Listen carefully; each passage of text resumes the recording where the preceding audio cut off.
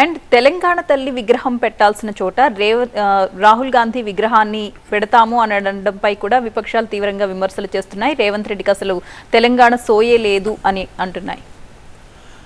అంటే విగ్రహాలు, మత కల్లోలాలు, జాతి విద్వేషాలు వాళ్ళకి కావాల్సినటువంటి ఈ విగ్రహాలకి వీటికి కాంగ్రెస్ పార్టీ ఎప్పుడు కూడా అవకాశం లేదు. అట్లా విగ్రహాలకు అవకాశం ఇస్తే ప్రతి వీధిలో 10 విగ్రహాలు తయారయ్యాయి.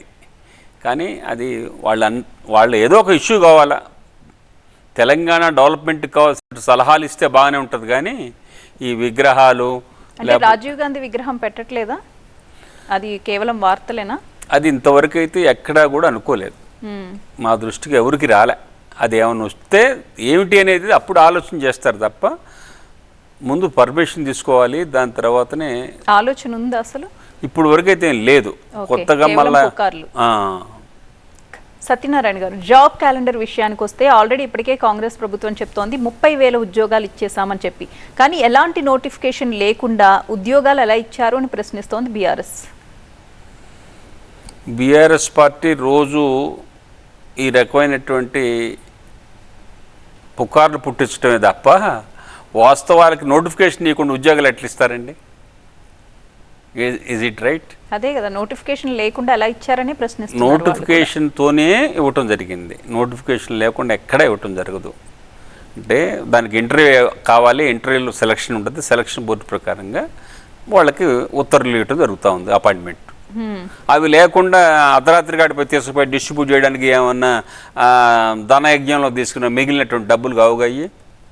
వెరీ క్లియర్గా అంటే అడ్మినిస్ట్రేషన్లో ఉన్నటువంటి వాళ్ళు మాట్లాడే మాటలు కాదే. గత 10 సంవత్సరాలు వారు అధికారంలో ఉన్నారు, వారు ఇవ్వలేకపోయారు, మేము ఇస్తున్నాం, సంతోషించాలి. అంతేగాని అనవసరమైనటువంటి విమర్శలు చేసి మనకు తెలంగాణకు ఉన్నటువంటి మంచి పేరుని మాత్రం పాడు చేయొద్దని మేము విజ్ఞప్తి చేస్తా ఉన్నాం వారికి. అంటే లేని ఉద్యోగాల్ని ఉన్నట్టుగా చూపిస్తున్నారు అనేది వాళ్ళు చేస్తున్న విమర్శ. అంటే ఇస్తే ఎవరికైనా హ్యాపీ, కానీ ఇవ్వలేదు, వాళ్ళు అబద్ధాలు చెబుతున్నారని చెప్తున్నారు.